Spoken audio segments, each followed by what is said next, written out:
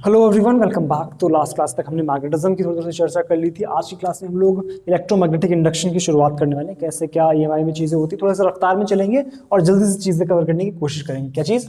Electromagnetic induction, या कभी कभी इसको इलेक्ट्रोडायनेमिक्स के नाम से भी आप लोग जनरली हमारे सिलेबस में इलेक्ट्रोडायनेमिक्स के नाम से जानते हैं। इलेक्ट्रोमैग्नेटिक इंडक्शन भी सेम ही बात है, ठीक है। तो इलेक्ट्रो डायनेमिक्स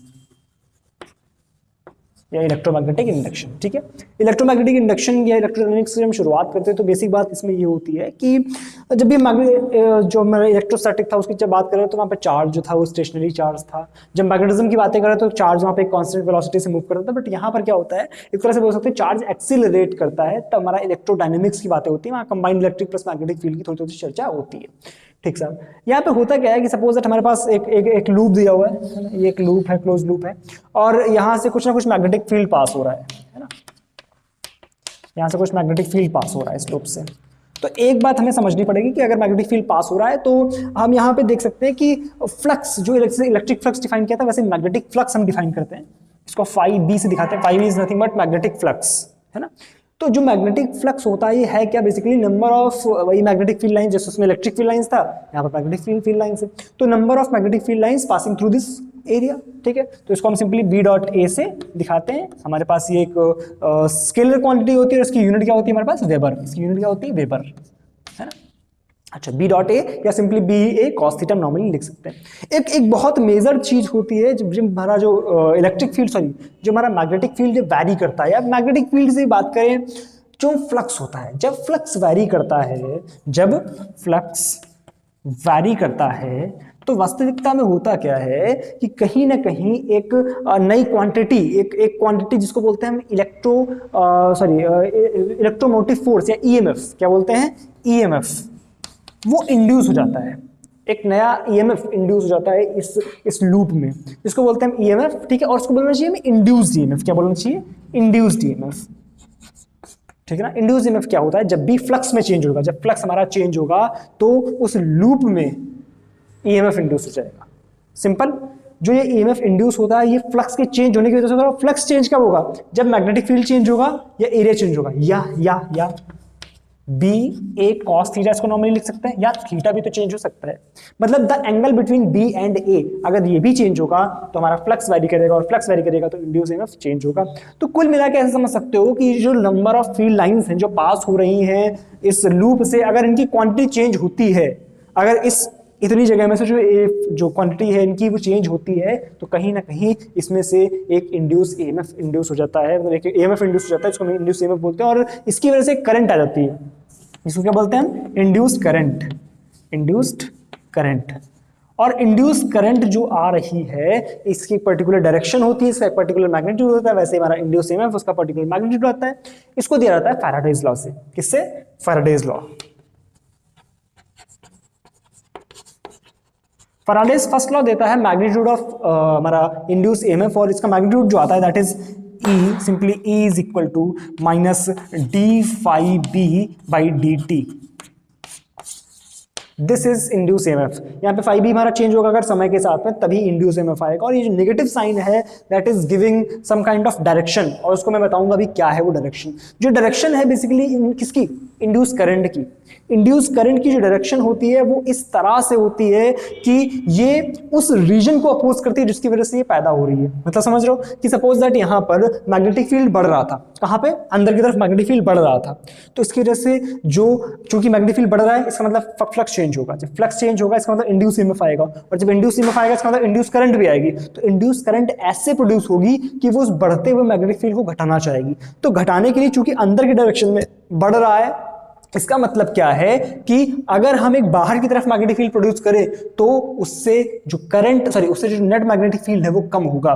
तो ये बढ़ते हुए मैग्नेटिक फील्ड को घटाने के लिए हमें मैग्नेटिक फील्ड बाहर प्रोड्यूस करना पड़ेगा। इसका मतलब करंट कैसे प्रोड्यूस होगी, आप हाथ चलाइए, सिंपल, एंटी क्लॉकवाइज। तो इसमें जो इंड्यूस करंट की डायरेक्शन आएगी that will be anti clockwise. तो simply this is Lenz law. Lenz law क्या बोलता है हमारे पास, Lenz law gives the direction of current, direction of induce current. जो ये नेगेटिव साइन है ये कहीं ना कहीं उस लेंज लॉ को दिखा रहा है।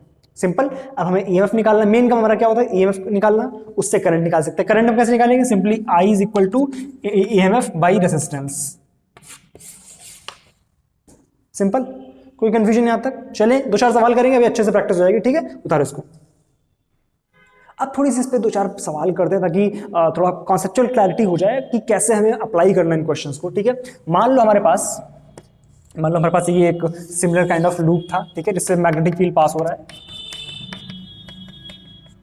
ठीक है, ये मैग्नेटिक फील्ड पास हो रहा है और ये magnetic field variable magnetic field है, मतलब बी जो है वो चेंज हो रहा है और some kind of B not T cube के टाइप में ये मैग्नेटिक फील्ड जो है वो चेंज हो रहा है। इस लूप का जो रेसिस्टेंस है दैट इज सपोज इसकी रेडियस ने मान ली सपोज कैपिटल आर, रेडियस मान ली हमने कैपिटल आर और रेसिस्टेंस मान ली हमने स्मॉल आर, या चेंज कर लो, रेडियस मान लो स्मॉल आर और रेसिस्टेंस बोल दिया हमने कैपिटल आर, ठीक है, दिस इज रेसिस्टेंस, ठीक है। आपसे बोल दिया गया कि बताओ कितना करंट, इसमें से कितनी करंट फ्लो करेगी और किस डायरेक्शन में फ्लो करेगी, क्लॉकवाइज एंटी क्लॉकवाइज, 2 करके सवाल बन सकते हैं यहाँ पे। तो हमें करंट निकालनी है, इंड्यूस करंट निकालनी है, सिंपल। तो एक बात हम जानते हैं कि सबसे पहले अगर इंड्यूस करंट तब आएगी जब इंड्यूस ईएमएफ आएगा, और इंड्यूस ईएमएफ तब आएगा जब हमारे पास फ्लक्स में चेंज होगा। तो फ्लक्स में चेंज करने के लिए फाई बी हमारे पास कितना आ जाएगा, सिंपल फाई बी की जो है हमारे पास आ जाएगा दैट इज फ्लक्स पहले निकालते हैं, ठीक है। तो बी कितना हमारे पास, B not T cube into area क्या हमारे पास पाई आर स्क्वायर, सही है क्या? अच्छा, अब बहुत ध्यान से देखो कि बी ए लिख दिया, देख लो इनके बीच में कोई एंगल वेंगल है क्या? सीधा हमारे पास इस प्लेन में रखा हुआ हमारे पास ये जो लूप है और मैग्नेटिक फील्ड का है अंदर की तरफ, इसका मतलब एंगल इसके पास बीच में हमारा पास 0 है, cos 0 की वैल्यू 1 हो गई, समझ रहे हो? एरिया ध्यान रखना है परपेंडिकुलर होता है सरफेस के, परपेंडिकुलर, और मैग्नेटिक फील्ड भी परपेंडिकुलर है। इसका मतलब क्या है कि एंगल 0 बन रहा है, यानी बी और ए डायरेक्टली आपको मल्टीप्लाई कराना है। ये बी आ गया तो हम चेंज इन फ्लक्स निकालते हैं, D phi B by D T, D phi B by D T क्या आ गया यहाँ से, D phi B D T की वैल्यू क्या आ गई, इसको डिफरेंशिएट करेंगे विद रिस्पेक्ट टू टी, तो हमारे पास आएगा 3 B not pi R square into T square, correct है क्या? करेक्ट है। ये हमारे पास आ गया फ्लक्स, हमें निकालनी क्या है, करंट, तो करंट की वैल्यू क्या आ जाएगा हमारे पास, ये आ गया ईएमएफ है ना, ये क्या आ गया EMF, simple with a minus sign of course क्योंकि वो डायरेक्शन दिखाएगा, सिंपल। तो हमारे पास क्या आ गया यहाँ से, करंट हमारी ई बाई आर क्या आ गया यहाँ से, -3 B not pi R square T square by R, यही आंसर है। देखो अब डायरेक्शन क्या करंट की, चूंकि मैग्नेटिक फील्ड आप देख लो भाई समय के साथ बढ़ रहा है, समय के साथ अगर मैग्नेटिक फील्ड बढ़ रहा है इसका मतलब अंदर की तरफ बढ़ रहा है, तो हमें जो इंड्यूस करंट होगी वो चाहेगी कि घटे, तो वो बाहर की तरफ करेगी, और बाहर की तरफ अगर इंड्यूस ईएमएफ वाली करंट, जो इंड्यूस करंट वाला जो मैग्नेटिक फील्ड होगा अगर बाहर की तरफ होगा, इसका मतलब क्या है, करंट कैसी फ्लो करेगी, एंटी क्लॉकवाइज। बात क्लियर है? तो एंटी क्लॉकवाइज इसमें करंट है और जो करंट है उसका मैग्नीट्यूड हमारे पास सिंपल। अब एक सवाल खुद से ट्राई करो कि अगर हमारे पास जो लूप था, ठीक है, मान लो हमारे पास स्क्वायर लूप था और मैग्नेटिक फील्ड बाहर की तरफ थी, ठीक है, इस तरह से बाहर की तरफ मैग्नेटिक फील्ड है और बी की वैल्यू जो है दैट इज बी की वैल्यू मैं इधर लिख देता हूं, बी की वैल्यू जो है that is B not T power -2। तो आपको बताना है इंड्यूस करंट की डायरेक्शन और उसका मैग्नीट्यूड, खुद से एक बार सवाल ट्राई करना है, ठीक है। अभी वीडियो को पॉज करके, अब मैं आगे चल रहा हूं, आप एक सवाल करके तब वीडियो को ऑन करोगे, ठीक है। चलते हैं आगे, एक और सवाल करते हैं इस पे, जिसमें थोड़ा सा अलग तरीके का सवाल है, थोड़ा सा अच्छा सवाल है, ठीक है।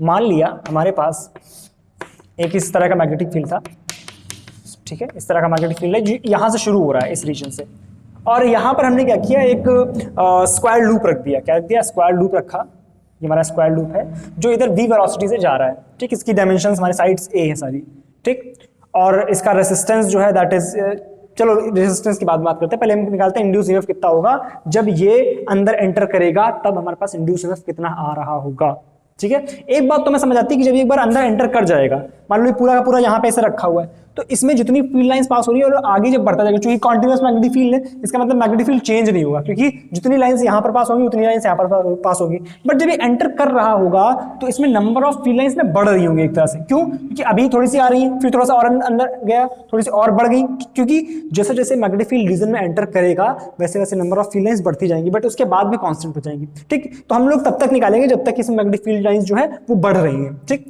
तो मान लिया किसी, चूंकि v वेलोसिटी जा रहा है किसी टाइम t पर, ये t = 0 पर था, एट t = t पर बनाते हैं अगर इसको, तो एट t = t पर ये कुछ इतना एंटर कर गया होगा, मैं स्क्वायर है ये बट दिख रहा है, चलो मान लिया स्क्वायर है, ठीक है, तो कुछ इतना अंदर चला गया होगा, और ये जो डिस्टेंस होगी that will be vt, simple, distance equal velocity to time, चलो शाबाश।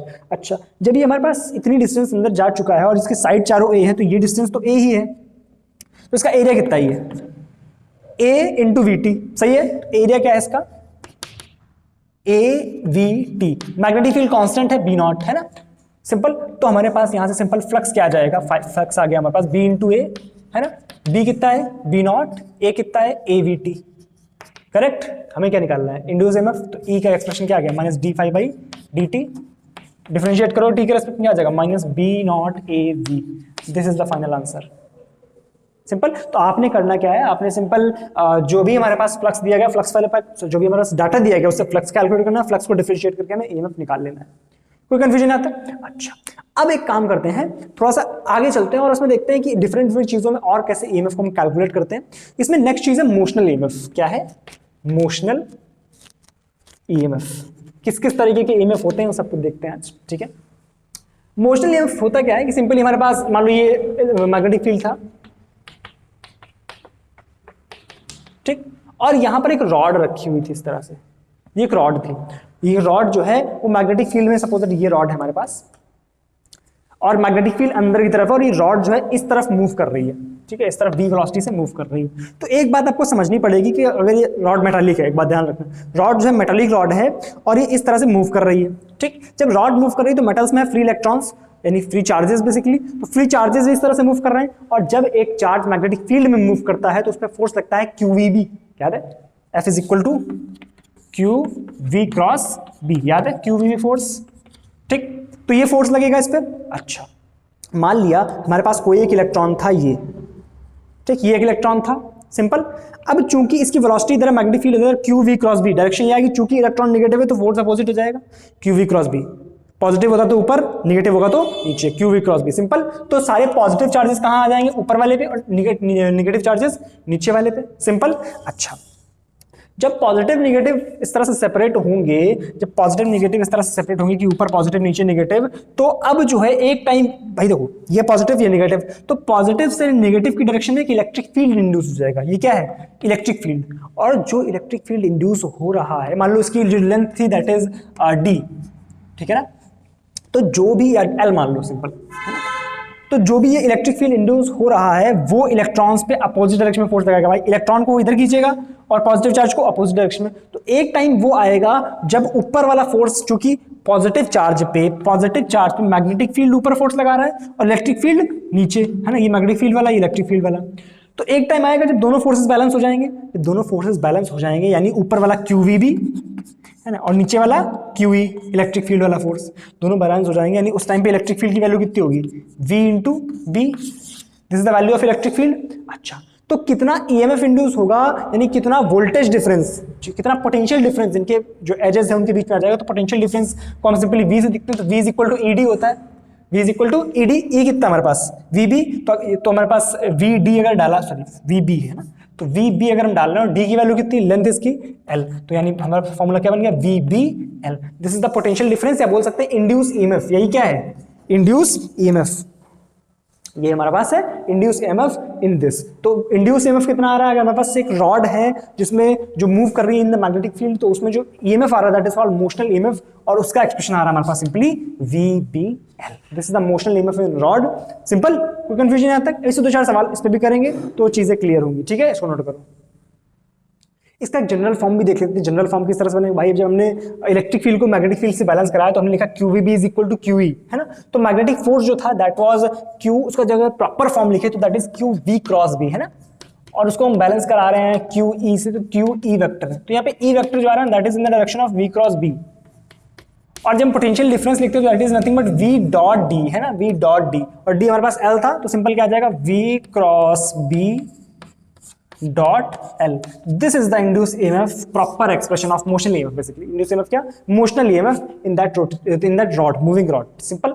इस पे एक सवाल करते हैं, देखो ध्यान से, मान लो हमारे पास एक रॉड था, एक तार था, पहले उसमें करंट फ्लो कर रही थी I, ठीक, I, अच्छा, इन्फिनिट लेंथ का था, और उससे कुछ D डिस्टेंस पे एक रॉड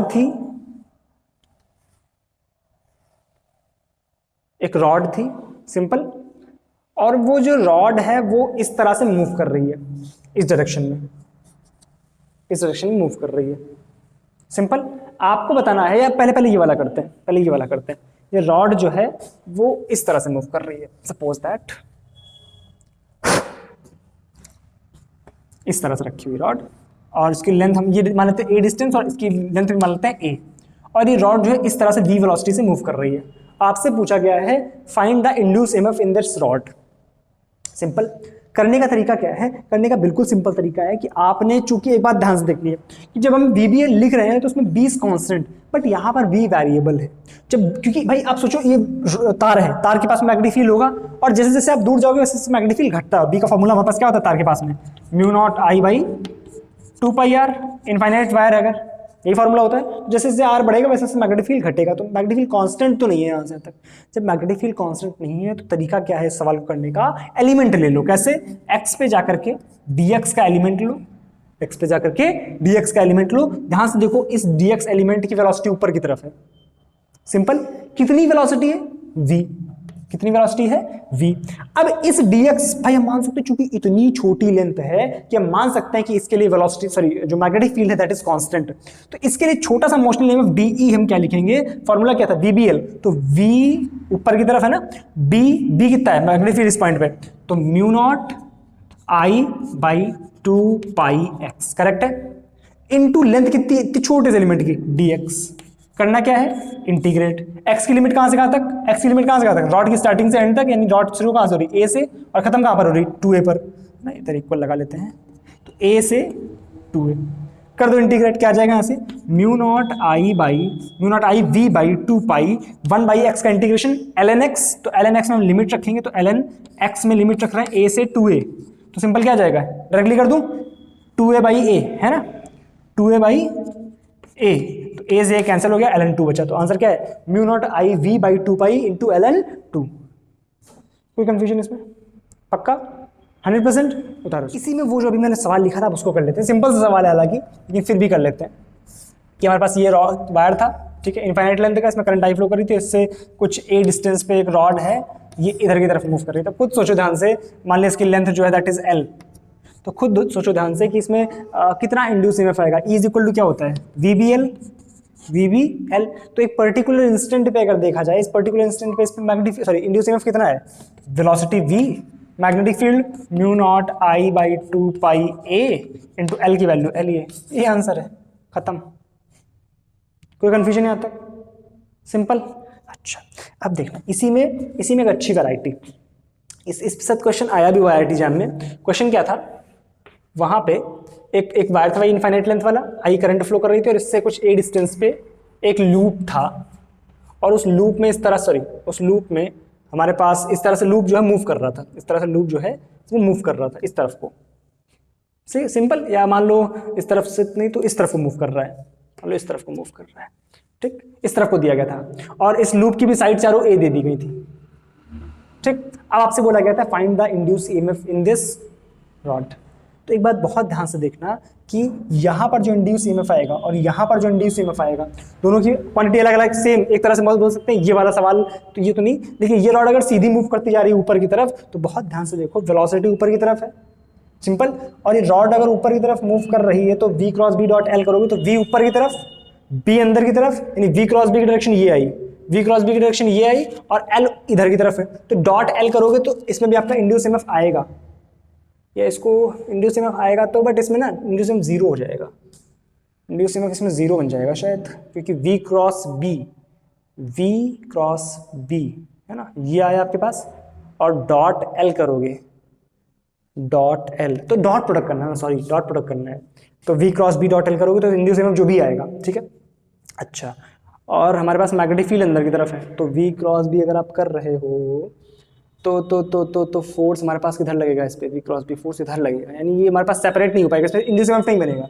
क्यों नहीं बनेगा, कि v क्रॉस b से हमारे पास चार्जेस जो है ना इस तरफ फोर्स लग रहे हैं, इसमें और इसमें इंड्यूस ईएमएफ तो जीरो हो जाएगा, इसमें इंड्यूस ईएमएफ जीरो हो जाएगा, और इसमें अगर हम देखें, इसमें हमारे पास इंड्यूस ईएमएफ जीरो ही बनेगा। क्यों, क्योंकि जितना सोचो, अभी मैंने ये वाला सवाल कराया था आपको जिसमें ऊपर की तरफ रॉड जा रही थी, तो उसमें कुछ आंसर आया था ln में, बट जितना इसमें प्रोड्यूस होगा उतना ही इसमें भी प्रोड्यूस होगा, बट अपोजिट डायरेक्शन में, जितना इसमें सपोज इसमें इंड्यूस ईएमएफ प्रोड्यूस हो तो हमने इस तरह की बैटरी बना ली, कितना इंड्यूस ईएमएफ प्रोड्यूस हुआ, तो इसमें भी तो सेम ही प्रोड्यूस होगा, तो ये और ये मिलकर कैंसिल कर देंगे, काम खत्म। लेकिन अगर ये इस तरफ को मूव कर रहा होगा, इस तरफ को, ये वेलोसिटी से तो जीरो आ रहा है, इस वेलोसिटी से ईएमएफ कितना आ रहा है जीरो, बट इस वेलोसिटी से आंसर जीरो नहीं आएगा, इस वेलोसिटी से सेंसिटिव नहीं आएगा। इस इंस्टेंट पे अगर देखा जाए तो इनका और इनका तो कैंसिल हो जाएगा, क्योंकि भाई जिस इस इंस्टेंट पे अगर देख रहे हैं तो इसका वाला फिर से कैंसिल कर देगा, इसका वाला और इसका वाला कैंसिल कर देगा। जब कैंसिल कर देगा लेकिन इसका और इसका वाला कैंसिल नहीं करेगा, समझ रहे हैं? इसका वाला कितना आएगा, वी बी कितना mu not I by 2 pi A into length कितनी ए, सिंपल। और इसका वाला कितना आएगा, V into mu not I by length कितनी यहां से यहां तक 4 पाई ए, सॉरी 2 पाई ए है ना, तो 2 pi into 2a into length इसकी भी ए है, तो इसका डिफरेंस जो आएगा वो इसका आंसर होगा। इस तरह से करना है इस क्वेश्चन को। बात क्लियर है ना? एक बार ट्राई करना कंप्लीट, हालांकि कर ही दिया इसमें बचा ही क्या है, फिर भी एक बार आंसर निकाल देना इसका, ठीक है? चलो इस नोट करो इसको। तो एक बात हमें समझ आई कि अगर हम रॉड को इस तरह से मैग्नेटिक फील्ड में मूव कराते हैं तो उससे कहीं ना कहीं ईएमएफ जो है वो इंड्यूस होता है। और एक समस्या ये भी इसमें आती है कि रॉड को भाई हमें ईएमएफ मिल रहा है, क्योंकि मैग्नेटिक फील्ड है, रॉड मूव करा रहे हैं, वोल्टेज मिल रहा है, वोल्टेज से हमारे पास बहुत सारे काम हो सकते हैं। वोल्टेज को अगर उससे कनेक्ट करा दे एक रेसिस्टेंस से तो एक बढ़िया से बल्ब जल सकता है ना, कुछ भी कर सकते हैं, उससे हम हेल्प ले सकते हैं। लेकिन कहाँ तक उसको मूव कराएं, तो ये भी समस्या होती है। इस वजह से इसी में एक सेगमेंट आता है जिसको बोलते हैं रोटेटिंग रॉड। रोटेटिंग रॉड का मोशनल ईएमएफ, ठीक है? क्योंकि रोटेशन कराना ना इजी होता है, रोटेशन से क्या होता है एक ही जगह पे मूव कराते रहो, है ना, तो उससे आपको बहुत स्पेस नहीं चाहिए। रोटेशनल रोटेटिंग रॉड है ना, हमने क्या किया, इस तरह से रॉड ली, ठीक है, मैग्नेटिक फील्ड था ये, इस तरह से मैग्नेटिक फील्ड था अंदर की तरफ, और हमने क्या किया कि इस जगह पे हिंज करके इसको इस तरह से ओमेगा से घुमाया in the magnetic field B. Length कितनी थी इसकी, एल। अच्छा, अब मुझे बोला गया what will be the motional EMF. भाई जाहिर सी बात है, आपका हर पॉइंट, सपोज एक पर्टिकुलर पॉइंट पे फोकस करते हो, इस तरफ मूव कर रहा है, जब इस तरफ को मूव कर रहा है वी क्रॉस बी, मतलब ये आपका पॉजिटिव, ये आपका नेगेटिव होगा। जब भी पॉजिटिव नेगेटिव होगा इसका मतलब क्या, पूरे में इंड्यूस ईएमएफ तो आ रहा है। जब इंड्यूस ईएमएफ आ रहा है, कितना आ रहा है, कैसे कैलकुलेट करेंगे, क्योंकि हर पॉइंट पे ना वेलोसिटी अलग अलग है। क्योंकि एक बात जानते हैं, रोटेशन में v is equal to R omega, v is equal to R omega. हर पॉइंट की ना आर अलग है, हर पॉइंट के लिए डिस्टेंस अलग है फ्रॉम दिस पॉइंट, तो हर पॉइंट की वेलोसिटी अलग है। जैसे अभी क्वेश्चन में नहीं किया था, वहाँ मैग्नेटिक फील्ड अलग था, बट ये एक इस तरह का सवाल है जहाँ पे वेलोसिटी डिफरेंट है हर पॉइंट की। तो हमने फिर से वही काम किया, x पे जाकर के dx का एक एलिमेंट लिया, इस dx के एलिमेंट की वेलोसिटी ऊपर की तरफ मान ली हमने v, और इस वेलोसिटी को हम लोग simple v is equal to R omega से लिख सकते हैं, v is equal to X omega, क्योंकि ये x डिस्टेंस पर है तो हम सिंपली यहाँ लिख सकते हैं x ओमेगा। सही है? अच्छा, अगर ये v is equal to X omega इसकी वेलोसिटी हो गई तो सिंपली हम इसमें मोशनल ईएमएफ b क्या, सॉरी मोशनल ईएमएफ e का फॉर्मूला हमारे पास क्या होता है, bvl, है ना, bvl। तो इस पॉइंट के लिए छोटा सा मोशनल ईएमएफ df de क्या लिखेंगे हम, b इस पॉइंट पे कितना है, इस पॉइंट पे b, चलो चूंकि b तो कांस्टेंट था ना, तो b कितना है, b नॉट, या b सिंपल लिख लो, v कितनी इस पॉइंट की v कितनी x omega into dl, length इस पॉइंट की कितनी है dx, इंटीग्रेट कर दो तो e क्या आ गया हमारे पास, x की लिमिट कहां से कहां तक, 0 से l क्या आ गया, b ओमेगा, x का integration x square by 2, limit from 0 to l क्या आ गया, b omega l square by 2। यही है induce EMF in the rotating rod, emotional EMF in rotating rod. कोई कंफ्यूजन है यहाँ तक? सिंपल 100%। अच्छा, इसमें क्या है, सवाल भी बनते हैं। सवाल कहाँ से बनते हैं, जैसे हम लोगों ने वहाँ पर क्या सवाल बना सकते थे, जैसे हम सिंपल सीधी रॉड चलती चली जा रही है तो उसमें हमने क्या किया, सर्किट जोड़ दिया। जैसे मान लो हमारे पास ये इस तरह से रेल थी, उसमें रेल प्रॉब्लम बन सकती है इस तरह से, और उसमें हमने क्या किया, एक सर्किट जोड़ दिया और यहाँ पर रख दी रॉड, है ना, ये इस तरह से मूव कर रही है। आपसे बोल देगा कितना इंड्यूस ईएमएफ क्या प्रोड्यूस होगा, कैसे क्या होगा, क्योंकि इसको v वेलोसिटी दे दिया, मैग्नेटिक फील्ड b डाल दिया, मैग्नेटिक फील्ड कितना डाल दिया, b मैग्नेटिक फील्ड डाला। आपसे बोल दिया तो कितनी करंट फ्लो करेगी इस रेसिस्टर R से। अब यहाँ पे बहुत काम हो कर सकता है। सोचो यहाँ पर ना वेरिएबल रेसिस्टेंस डाल दे, सोचो मूव कर रहा है, जैसे जैसे मूव करेगा तो सर्किट की लेंथ जो है भाई, किसी टाइम पे ये यहाँ पहुंच गया, किसी टाइम पे यहाँ पहुंच गया, तो इतनी लेंथ ना रेसिस्टेंस की बोल दिया कि इसका रेसिस्टेंस जो है ना दैट इज लैम्डा ओम पर मीटर। तो सोचो जितने टाइम में इसने डिस्टेंस कवर करी ना vt, उतने रेजिस्टेंस भी उसमें ऐड हो जाएगा। तो टफ सवाल भी इसमें बन सकता है, इजी सवाल तो बन ही सकता है सिंपल, ठीक है। तो v से अगर मूव कर रहा है, हमसे पता है कितनी करंट, तो इसमें ईएमएफ कितना प्रोड्यूस होगा, vbl करंट कितनी हो गई, vbl बाई r। तो इस तरह से आप इस क्वेश्चन को कर सकते हो। सिमिलरली इस पे भी आप उसी तरह के सवाल बना सकते हो। SC में काफी इस तरह के सवाल दिए, करना 2-4 सवाल कि मैग्नेटिक फील्ड है ना, इसमें ये रखा हुआ है एक सर्कल, एक चक्कर, और उसमें एक रॉड लगी है जो कि घूम रही है इस तरह से। बताओ, इसको भी हमने सर्किट से जोड़ दिया, बताओ कितनी करंट फ्लो करेगी, वही चीज़ सेम क्वेश्चन, ठीक है ना। इस तरह के क्वेश्चन एससी वाला में दिए हुए हैं, ये आपके ग्रिफिथ्स में भी मिल जाएंगे, एक बार ट्राई करना है क्वेश्चन को, ठीक है। यहाँ तक नोट करो, अपनी भाषा में थोड़ा सा लिखो। तो आई होप यहाँ तक की बात क्लियर हो गई होगी। ये कंटिन्यूएशन क्लास थी आपकी क्रैश कोर्स में। तो अगर कोई भी दिक्कत आई हो तो आप चैट सेक्शन में आकर के लिख सकते हो और सिंपली जो भी अपने डाउट हो क्लियर करा सकते हो, ठीक है। रिस्पॉन्स जितना अच्छे से करते रहोगे उतनी ही जल्दी क्लासेस, क्योंकि मेरे को भी लगता है ना, आप ढंग से जब रिस्पॉन्स करोगे तभी तो मेरे को आपको पढ़ाने में मजा आएगा, ठीक है ना। तो एक बात आपको समझनी पड़ेगी कि जितना जल्दी हो सके चीज़ें कवर करो, ठीक है, उतनी ही जल्दी चीज़ें अपन आगे बढ़ा पाएंगे, ठीक है। कुछ थोड़ी सी और भी टेक्निकल इश्यूज़ की वजह से और कुछ इश्यूज़ थे जिसकी वजह से अभी कुछ दिन से क्लासेस नहीं हो पा रही थी, ठीक है। फिलहाल आपकी कोशिश ये रहेगी कि रेगुलरिटी थोड़ी सी ज़्यादा मेंटेन करी जाए और टाइम टू टाइम चीज़ें हो पाएँ, ठीक है। अप टू डेट आपको भी रिस्पॉन्स ढंग से करना पड़ेगा, ठीक है। चलो जो भी दिक्कत हो पूछ लेना, ठीक है। चलो मिलते हैं नेक्स्ट क्लास में। नेक्स्ट क्लास में उसको कंटिन्यू करके थोड़ी सी लंबी क्लास बनाने का प्रयास करेंगे। आज चूंकि जब मेरे को बोर्ड मिलता है तो हम थोड़ी सी रफ्तार पकड़ लेते हैं और जल्दी से, जितना आज मेरे को कवर करना था, 25 मिनट का मैंने सोचा हुआ था, काफ़ी जल्दी शायद कवर हो गया है, ठीक है। तो एक बार एक काम करना, प्रैक्टिस इस पर ढंग से करना, ठीक है। चलो मिलते हैं नेक्स्ट क्लास में, तब तक के लिए thank you so much, bye bye.